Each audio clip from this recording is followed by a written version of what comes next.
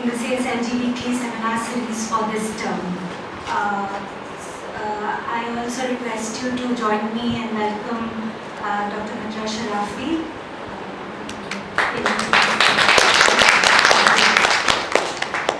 So just by way of introduction, the CSLG weekly seminar series has by now, since its inception in 2006, organized over 160 seminars by scholars and practitioners on a very wide range of interdisciplinary topics which have traversed the themes of law and science, politics of rights, constitution writing and lawmaking. These have included also expositions on engagement with the state and processes of governance, debates on methodological issues around sociology of law, and more particularly the studies of legal institutions. So continuing in that same tradition is today's seminar by Dr. MITRA SHARAFI from University of Wisconsin Law School. You all know the title of today's presentation is Blood Testing and Fear of the Falls in British India. Also, I would like to take a couple of minutes to introduce Dr. MITRA SHARAFI. She's a legal historian of colonial South Asia. She teaches at the University of Wisconsin Law School and the University of Wisconsin Legal Studies program. She's also affiliated with the University of Wisconsin History Department and the Center for South Asia. Dr. SHARAFI holds law degrees from Cambridge and Oxford and a doctorate in history from Princeton. Her research interests include South Asian legal history, the history of the legal profession, the history of colonialism, the history of contract law, law and religion, law and minorities, legal consciousness, legal pluralism, and the history of science. Dr. SHARAFI's book, Law and Identity in Colonial South Asia, Parsi Legal Culture 1772 to 1947, was published by Cambridge University Press in 2014. It has won the Law and Society Association's J. Willard Hurst Prize for Social Legal History in 2015. Also very generously given us a copy to be donated to the JMU Central Library. Thank you so much. She is, this particular book explores the legal culture of the Parsi or Zoroastrians of British India. She is now working on a second book project, which is a study of medical jurisprudence in colonial India and focuses on the role of medical legal experts like the chemical examiners and Imperial Serologists. So today's presentation is actually a part of this work.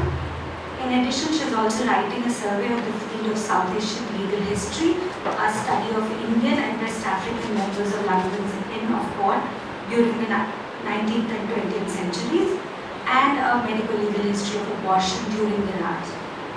Dr. MITRA SHARAFI's research has been recognized and supported by the Institute for Advanced Study, the Andrew J. W. Mellon Foundation, the National Science Foundation, the Science Research Council, and others.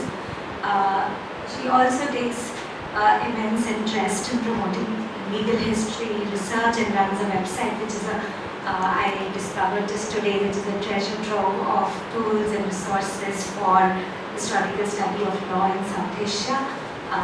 Please join me once again to welcome Dr. SHARAFI, and I request her to begin the presentation.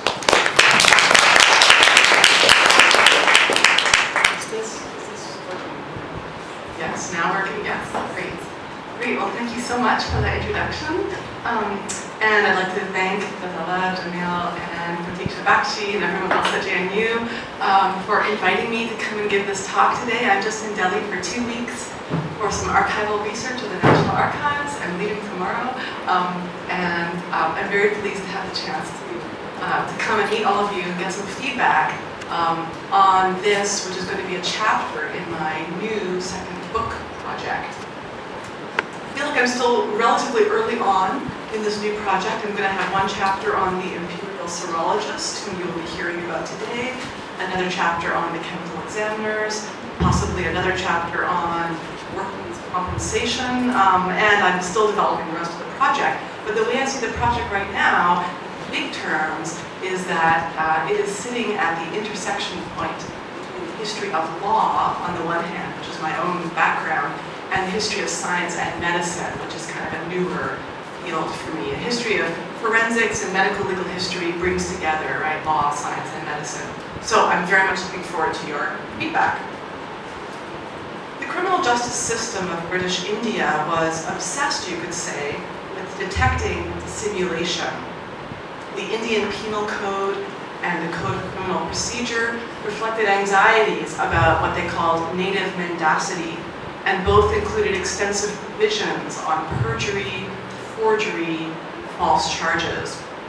My talk today focuses on another area in which fear of the false took on a distinctly colonial form during the first few decades of the 20th century, and that is the area of blood testing. Specifically, I want to talk about one particular type of blood testing, and that is a type known as precipitin testing. Precipitin testing was institutionalized in India in 1916 through the creation in Calcutta of an official known as the Imperial Serologist, which is quite possibly the greatest job title ever. Now, this figure's job was to test blood stains for the state, and especially for the courts. And his job really was to answer the question, is this blood human or is it animal? Through precipitin testing, I want to reach behind these allegations and accusations of native mendacity to explore several things that I think could have been happening.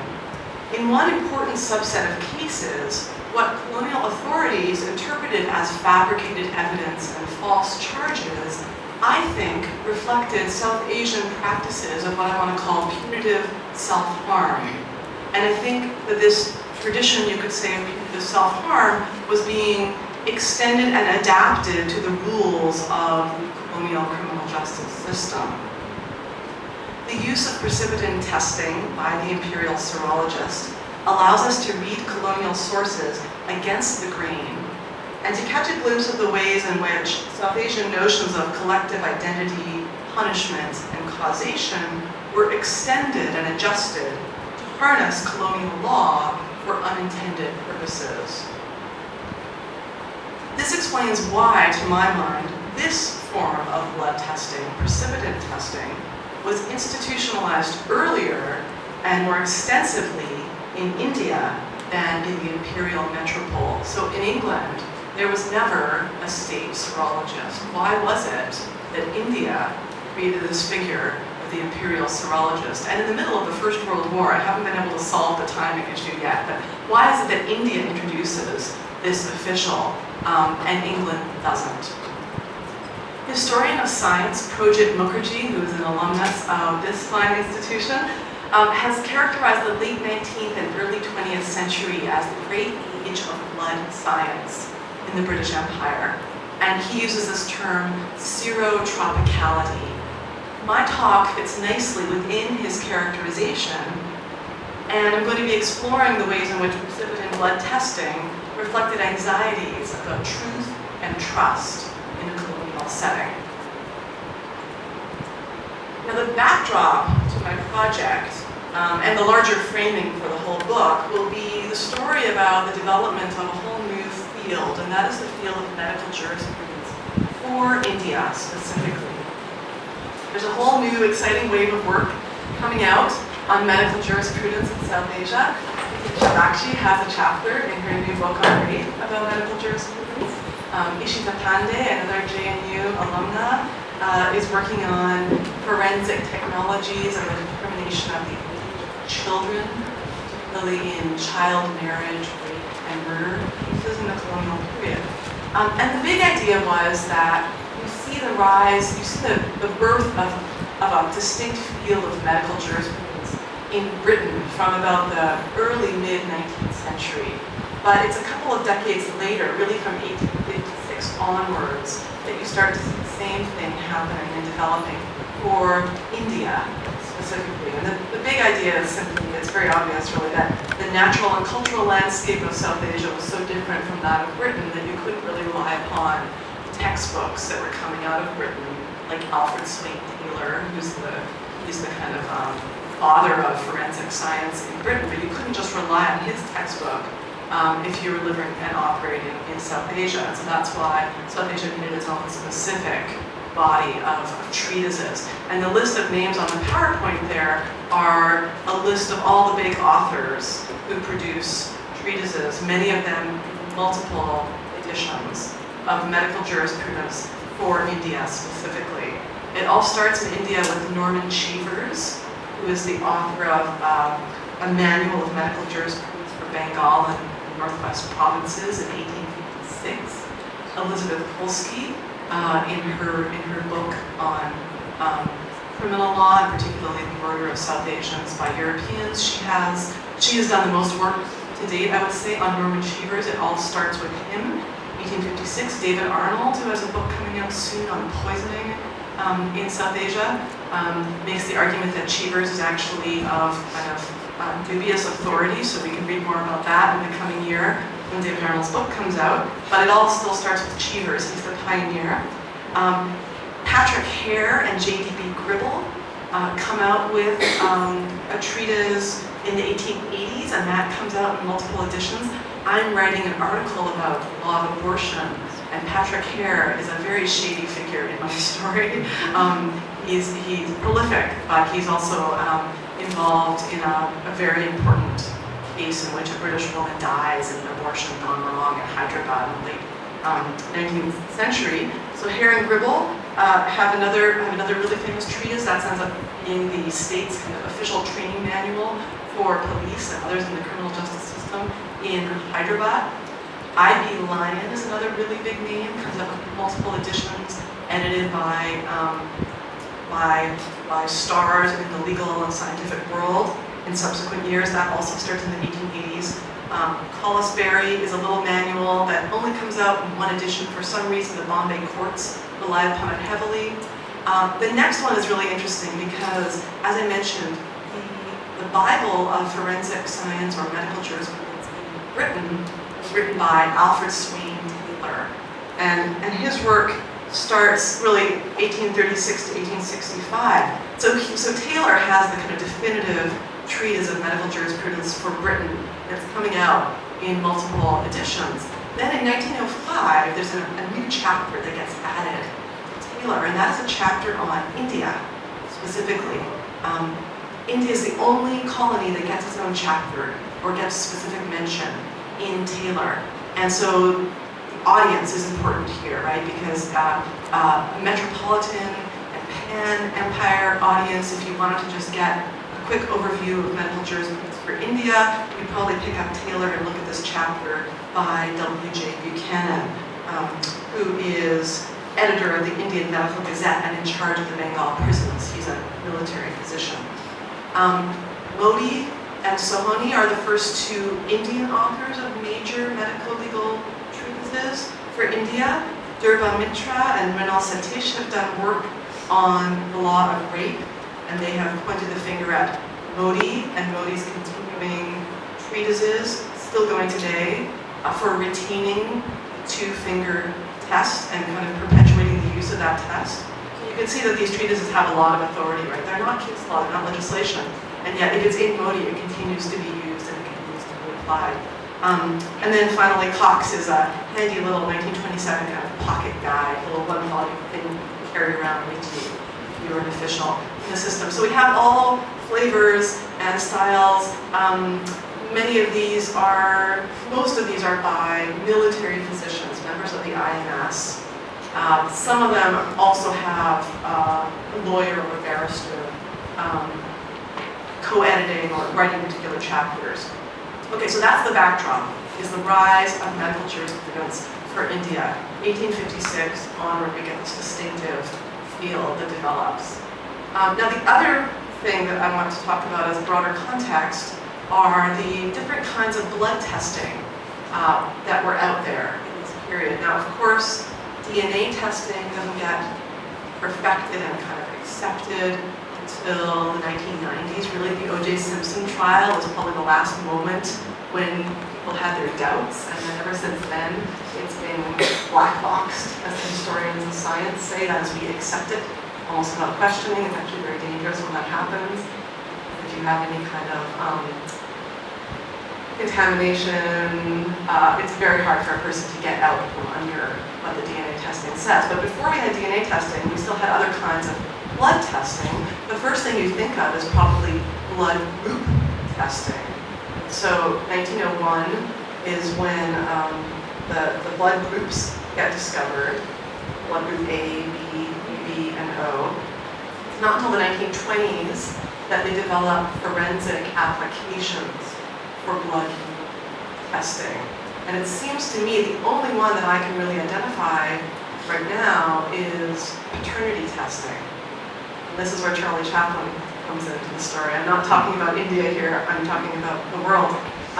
So blood group testing was useful in paternity cases, really as a device that would allow a man to deny that he could have been the father of a child in a paternity case. So it was a tool for man to avoid an establishment of paternity. Because there are only certain combinations of parental blood groups that could produce a blood group in a child. So you would look at the blood group of the child and you would say, well, the parents have to only be this particular combination. If the man has a third blood group, then okay, he's clearly not the father. If the man has a blood group that could perhaps have produced a child with that blood group, it still doesn't mean that he's definitely the father. It simply means that he could be the father. So this is really much more of a useful and powerful device for men trying to avoid responsibility in paternity suits than for women or children trying to establish paternity. And I've got Charlie Chaplin up here in his famous clown suit. That's in one of my favorite Charlie Chaplin films called A Dog's Life. And in his clown suit and out of his clown suit, you'll see there's a bit of a difference. Charlie Chaplin was a famous womanizer playboy, and it gets involved in a very famous paternity suit in the 1940s. There's a blood test. The blood test establishes that he could not have been the father, and yet still the jury finds that he is the father. So it's a famous case in this whole history of blood group paternity testing, because the jury chose to say, we don't really care what your forensic science says, we think this man, knowing the reputation of this man in his past, we're going to hold him responsible for this particular child. So there's blood group testing. That's not what I'm going to be talking about today. I've just been at the National Archives of India for the last 2 weeks, and here and there I catch a little hint that the Imperial Serologist was doing some blood group work later, like in the 1930s, 40s, but there's very little about it, and I have yet to kind of establish exactly what the nature of that work was. I assume it was for paternity purposes, but it was a very minor part of what the Imperial Serologist was doing. Okay, so that's one kind of blood testing that I'm not. Have any of you seen the American TV show Dexter? Blood. So Dexter Morgan is the world's favorite blood spatter analyst / serial killer. And so if you watch that show, you'll see, it's the physics of blood testing, whereas blood group testing and precipitin testing are very much kind of the chemistry of blood testing. But this is all about establishing the direction at which the blow came and the speed and the nature of the instrument. And so typically in blood spatter analysis, you'll see strings, like threads, that will be extended from the blood spatter to the place where the blow may have originated. You'll see that. This doesn't really get started. This is an image from Taylor, actually. Alfred Swain Taylor's British treatise. And this is the only little hint I've caught that there's any kind of attention to the shape of blood spatter in this period at all. And they had this idea that, arterial blood spurted further than blood flowing out of the vein. So actually that's not at all the same thing as, what was the direction of the blow. It is looking at the physics of the way the blood spatters. So that's it. They're not paying attention to that aspect of blood at all in this period. So I'm also not talking about blood spatter analysis. This doesn't really develop worldwide until 1950s and onward. Okay, but what I am talking about is this kind of blood testing that you probably have never heard of before. I certainly had never heard of this before I started on this project. And this is precipitin testing. in the 1900s and 1910s, so first 2 decades of the 20th century, researchers working in immunology developed a form of testing whereby the production of antibodies in blood could be used to determine the species or kind of general species group of origin of a blood sample. Historian of science Tal Golan has traced the ways in which this kind of testing, precipitin testing, overtook and overthrew microscopy for it. So from the mid-19th century until the early 20th century, they had also been very focused on trying to figure out what the species of origin of blood was. But what they would do is they would use a microscope and they would compare the size, sometimes the shape, but mostly the size of the red blood cells.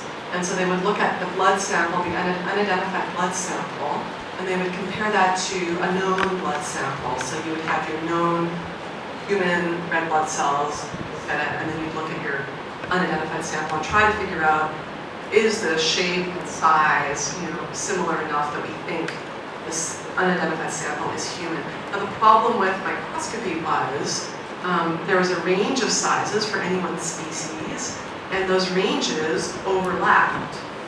And so you can see how in court you have a big problem. You can say, well, I think, the size of the erythrocytes in this blood spattered cloth, they could be human, but they could also be goat. And so that doesn't really help you in court. That really doesn't establish anything. There were other problems with the microscopy method, and that was that if your sample was too old, you couldn't use it effectively. If your sample was too small, you couldn't use it effectively. And if it had been exposed to heat, you had a problem. On the other hand, precipitin testing worked really well with even samples that were decades old, even samples that were very small, and even samples that had been exposed to heat up to 50 or 60 degrees Celsius, which is really important in South Asia especially.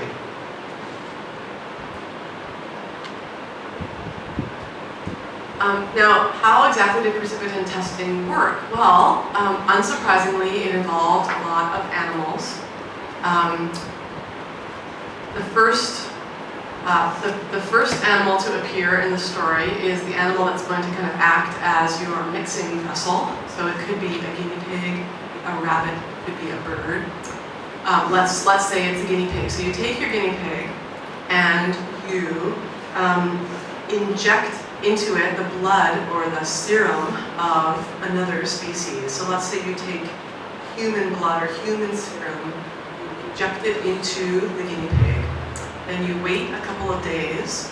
During that time, the guinea pig's blood develops antibodies to that human blood or the human serum.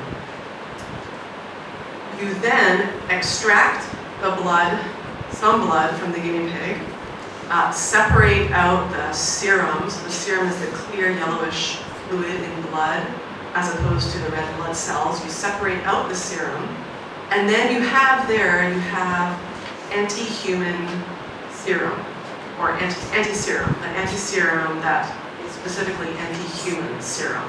Okay, and then you keep that to one side.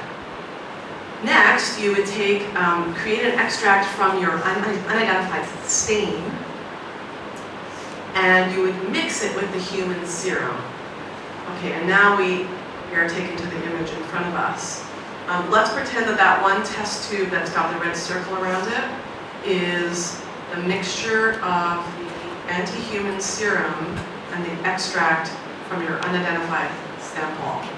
If your sample is also human, then you'll get the formation of a precipitate. And I put a little red arrow on that white line. The white line is the formation of a precipitate. All of the other test tubes there would have been a mix between other kinds of anti-serum that you would have made with your guinea pig, other species, okay, and your unidentified sample. So when there's no match, you don't get a precipitate. And in the other test tubes, there's no line. But when there is a match, you get a precipitate. Within 20 minutes, you get a precipitate. So this is how the test worked. In the first 2 decades of precipitin testing, so from 1901 into the 1920s, there were a lot of debates about whether this form of testing could distinguish between closely related species. Could you tell sheep from goats? Could it distinguish, really the crucial question was, could you distinguish human from monkey blood? And in South Africa, there was a big case right at the beginning of this period where a defendant, a man being accused of murder, was found with blood-stained clothing, and he claimed that he had killed a baboon just a couple of days earlier. His argument was, it's not human blood, it's baboon blood. And that was a very strategic argument to make at exactly that time, before the precipitin test had been perfected so that it could clearly distinguish human from baboon. And he was acquitted because the court said, look, the test is simply not solid enough right now. We cannot rely upon it on this animal versus or monkey question. By 1920, though, the latest edition of Taylor, the British treatise, claimed that the precipitin test was now reliable and that it was species-specific, even sheep versus goats, even human versus monkey. Now there's a big story here about this whole field of forensic serology and empire specifically. The colonies, and especially British India, played a special role in the development of this kind of testing. And a leading work is the one you see in front of you on the slide by a Cambridge physician and biologist called George Nuttall. He wrote this huge doorstop of a treatise about precipitin testing. And 1904 was the date when that was published. And at the back of the book, he has a couple of pages of acknowledgements which are fascinating. He thanks 70 gentlemen who helped him procure really a Noah's Ark of animal blood from around the world. Because you can imagine if you're running a forensic serology lab, you need to have a reference library of anti-sera of all these different species. And those sera had to be made on site also. So you couldn't make them in one place and then ship them somewhere else. So this is a huge operation, and you need a lot of animal blood, a great diversity of animal blood. So Nuttall could not have created his reference library without the British Empire. That much becomes very clear from his acknowledgements. He thanked his associates who sent him animal blood from British Central Africa, from Uganda, from the Cape Colony, from West Africa, from Egypt, Ireland, Canada. The largest number of samples, though, came from British India, South Asia. He thanked colleagues, many of them, most of them, military men and members of the IMS, in Bombay, Calcutta, Kashmir, and Ceylon, as well as many other parts of the subcontinent. So, British India, South Asia has a special influence at the level of even being able to kind of carry out this kind of research to begin with.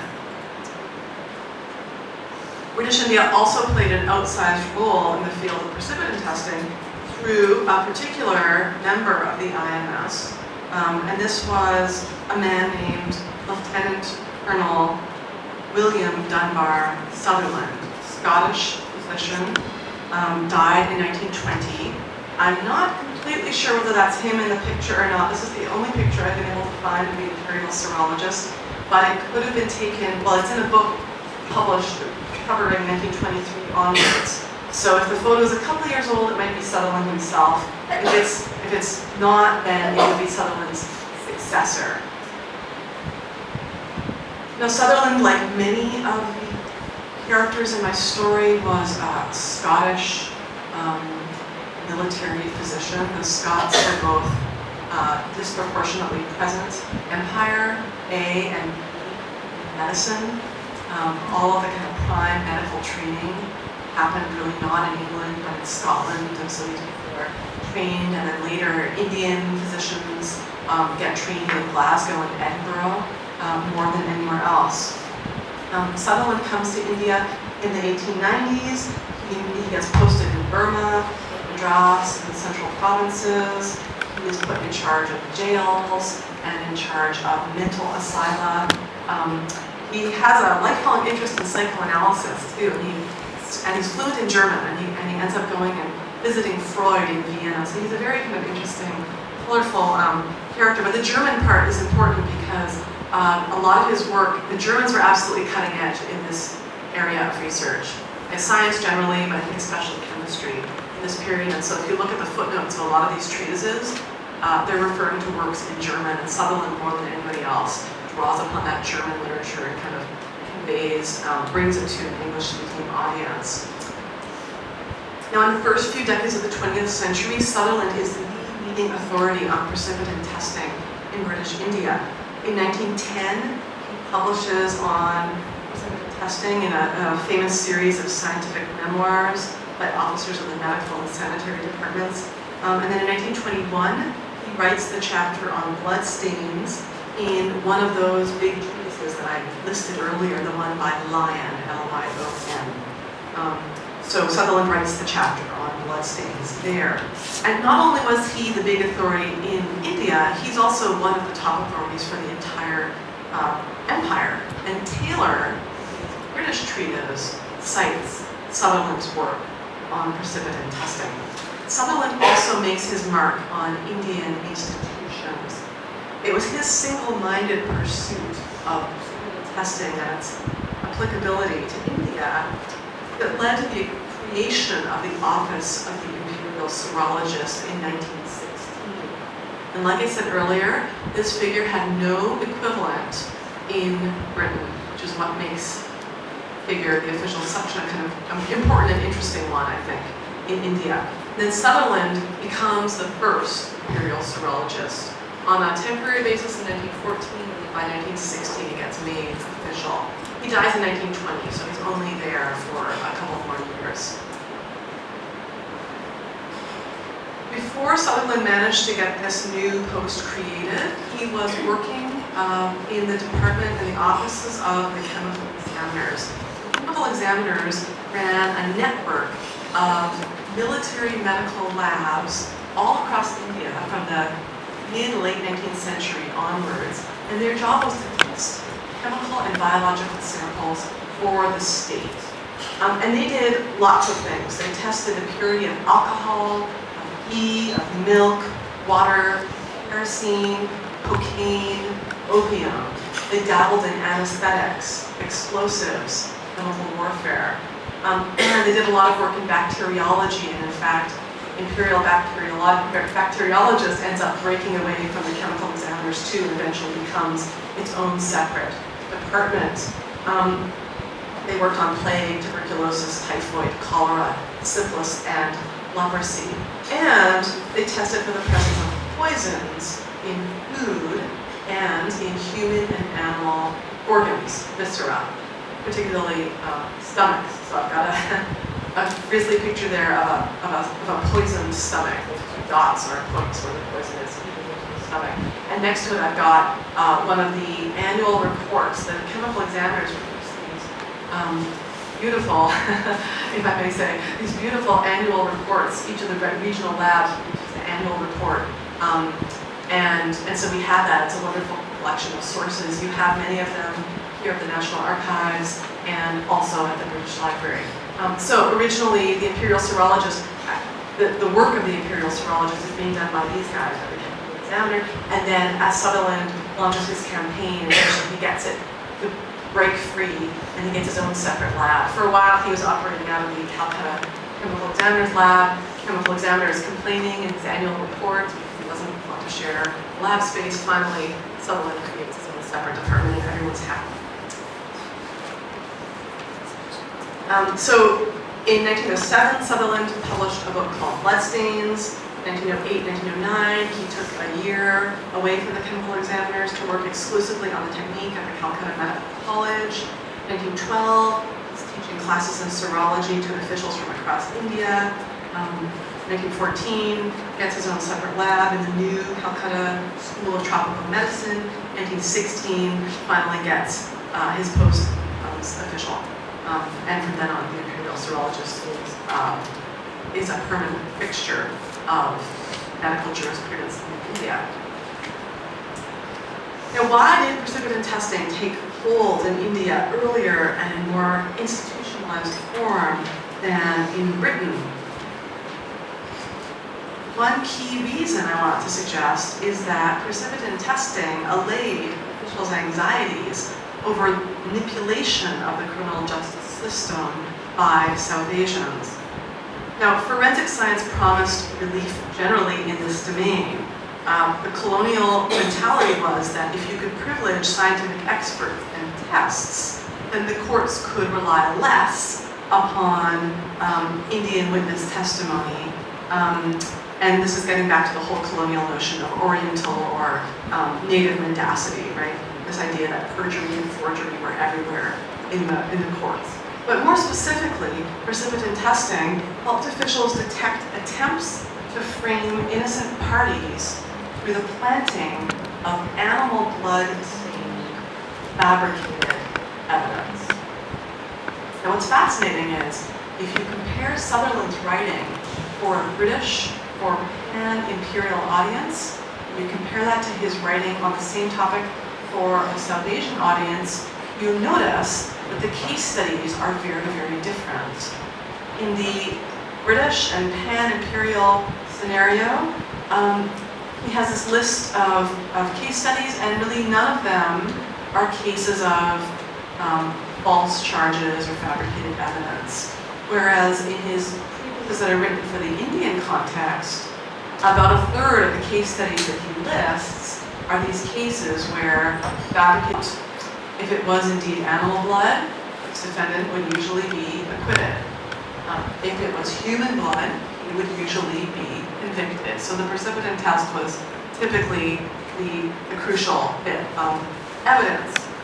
In the Indian cases, though, you see this inverse fact scenario in that large subset of allegedly fabricated cases. So here's what those cases might look like. You'd have a man who kills his relative, leaves the body at the home of his enemy, and then plants animal blood near the body or near the enemy or near the enemy's belongings. Sometimes they would also find the clothes of the actual killer, which would have blood on them. Now, precipitin testing there would reveal that the planted blood was in fact animal, not human blood. And if there were bloodstains on the clothing of the actual killer, that would be found to be human blood. Okay, so precipitin testing allowed the authorities to identify these cases of fabricated evidence and false charges. The most famous example is coming from Sutherland's chapter in the book that you see on the PowerPoint. This was that chapter that Sutherland wrote on bloodstains in Lyons medical jurisprudence for India. And this was a case of a feud between two caste communities in Madras presidency. And there was a feud between the Nadar caste and the Naikar caste community. Now the Nadars had decided to kill a woman on their own side and make it look like the other side had in fact killed her. And they decided that it would be one of their members had a mistress who had no children, had no relatives to avenge her death. So they decided, okay, that she would be the victim. They beat her to death, presumably dumped her body at the temple because they wanted it to look like she had been not only murdered, but murdered at the temple. And then they poured sheep's blood on the ground around her before sending a telegram to the police reporting that there had been this murder. Precipitin testing revealed that the stains at the temple were sheep's blood, and they had found blood stains on the loincloth of a Nadar man who had presumably been involved in the actual killing. Those stains were a mix of human and sheep's blood. So that's probably the most famous example that Sutherland holds up to kind of trumpet the power of precipitin testing in these fabricated cases, especially.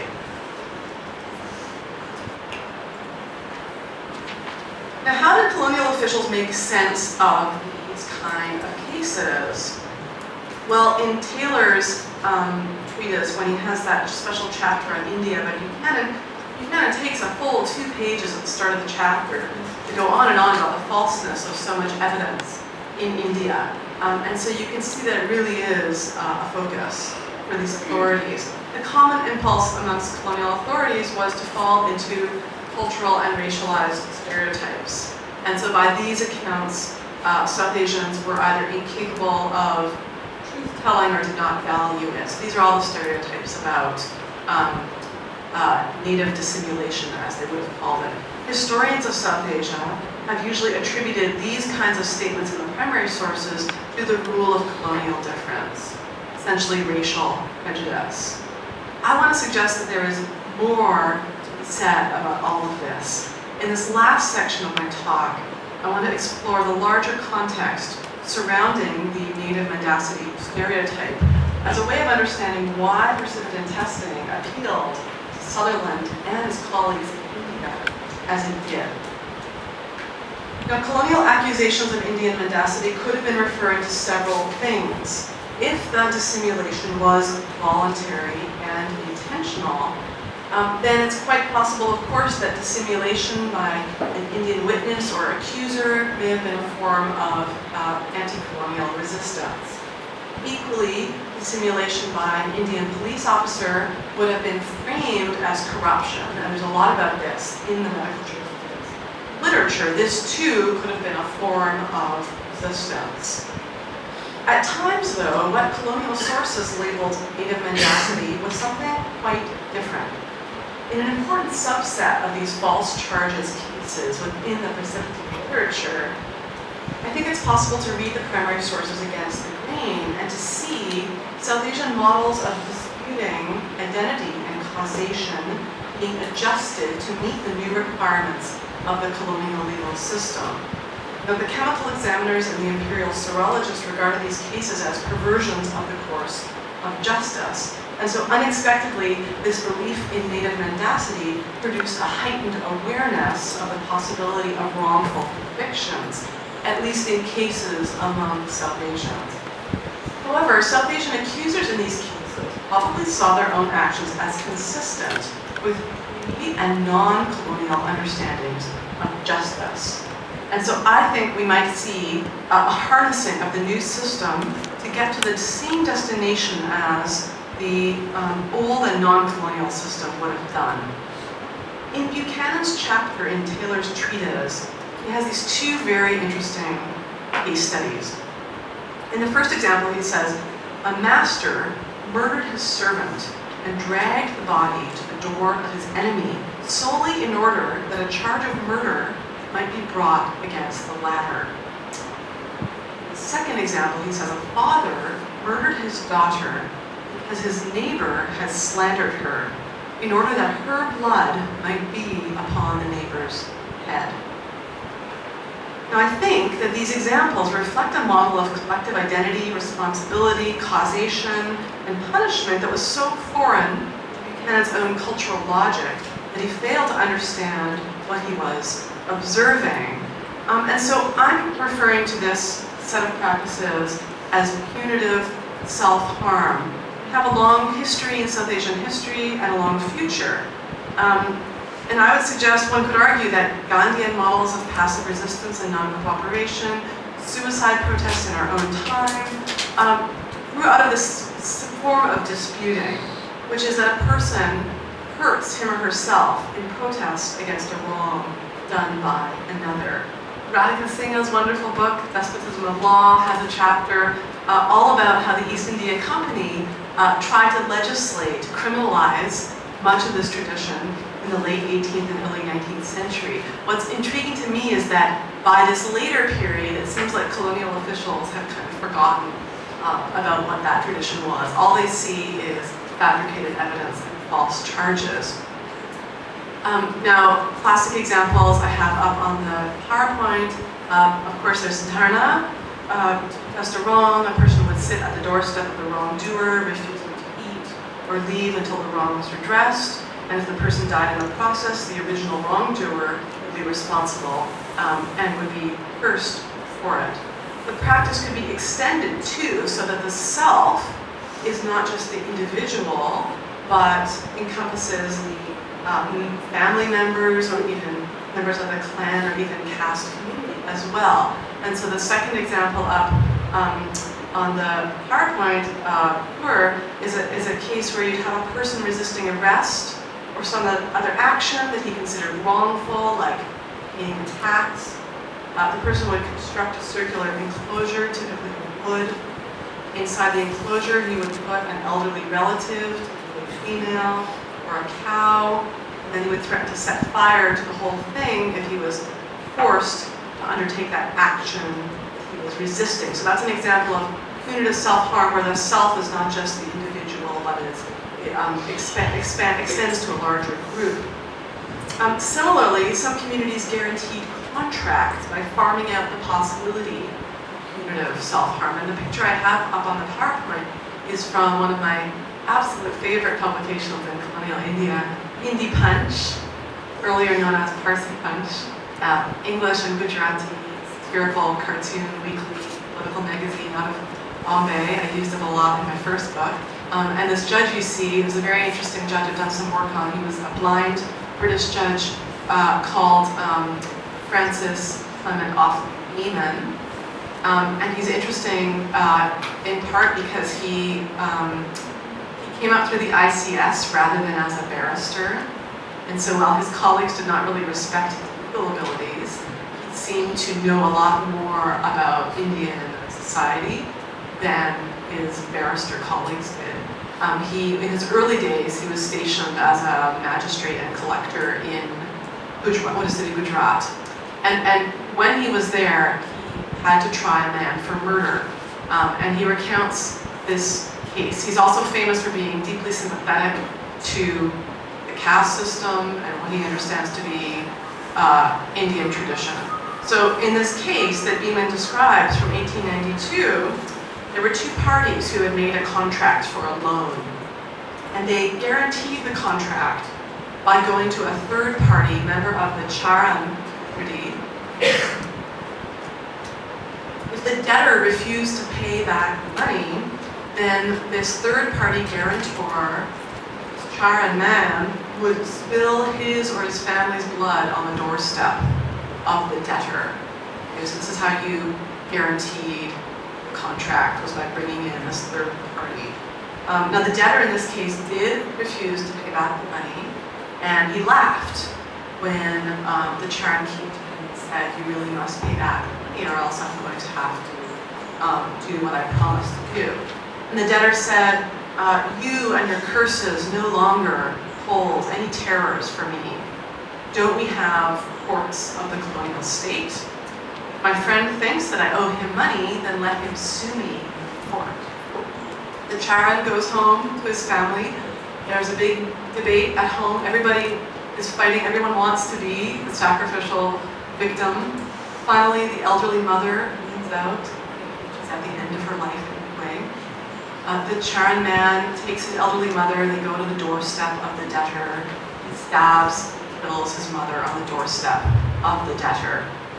And Beeman says, in doing so, he called down the curses of the angry gods of this hardened sinner, the debtor. Now Beeman is the judge, and he has to decide if this Charan man has committed murder. He ensures that the man is not hanged, like I said, being deeply sympathetic to what he understands as tradition and caste system. And Beeman says, it's ill to set up new gods in the place of the old hastily, to flout immemorial usage, and to incur the stain of Charan blood. So while the colonial criminal law thus operated on a model of individual responsibility, causation, and punishment, this body of practice with punitive self-harm operated through more of a collective notion of identity, responsibility, and punishment. Most colonial officials, with the exception of Beeman, would have considered this a straight case of murder when the Charan stabbed his own mother at the doorstep of the debtor. But Beeman, like I said, did not. But furthermore, the concept of causation also differed here. The debtor was responsible for the death of the Charan's mother on the logic of punitive self-harm practices, and Beeman quite agreed with that. But most colonial judges would have said there's a break in the chain of causation. Charan acted in an irrational way. His irrational acts broke the causation between the debtor's failure to pay, the death, killing of the elderly woman.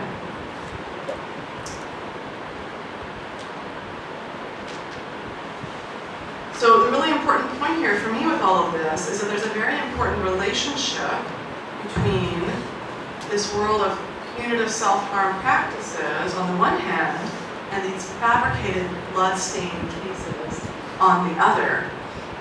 It's only one extra step from committing punitive self-harm, like killing a relative, to then making that death look like it had been committed by the original wrongdoer.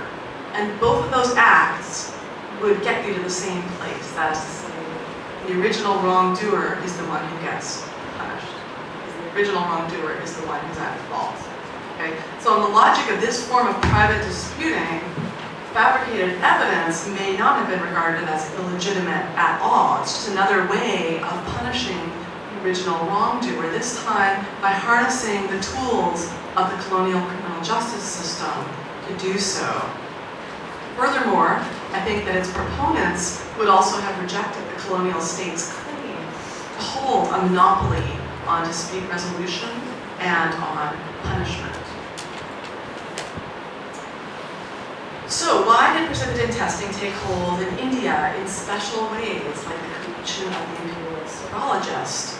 I've argued here that this form of blood testing gave colonial officials a special tool that allowed them to respond to a central obsession of the colonial criminal justice system, and that is fear of the false, fear of fabrication.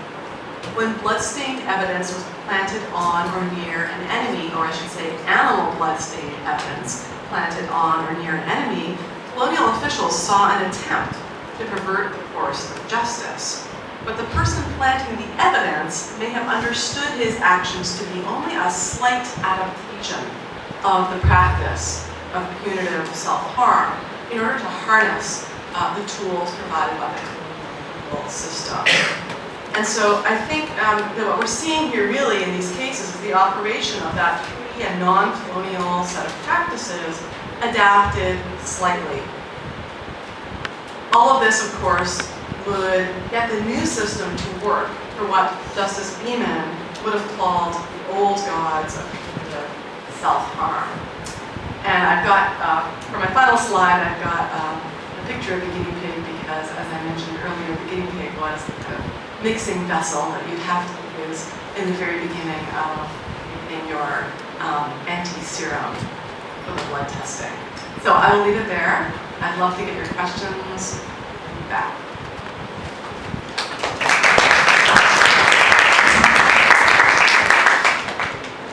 Thank you so much, Dr. Sharafi, for a fascinating presentation. Also bringing to fore our obsession with homicide detective series. And so thank you so much. Also for a view in where we see aspects of colonialism and colonial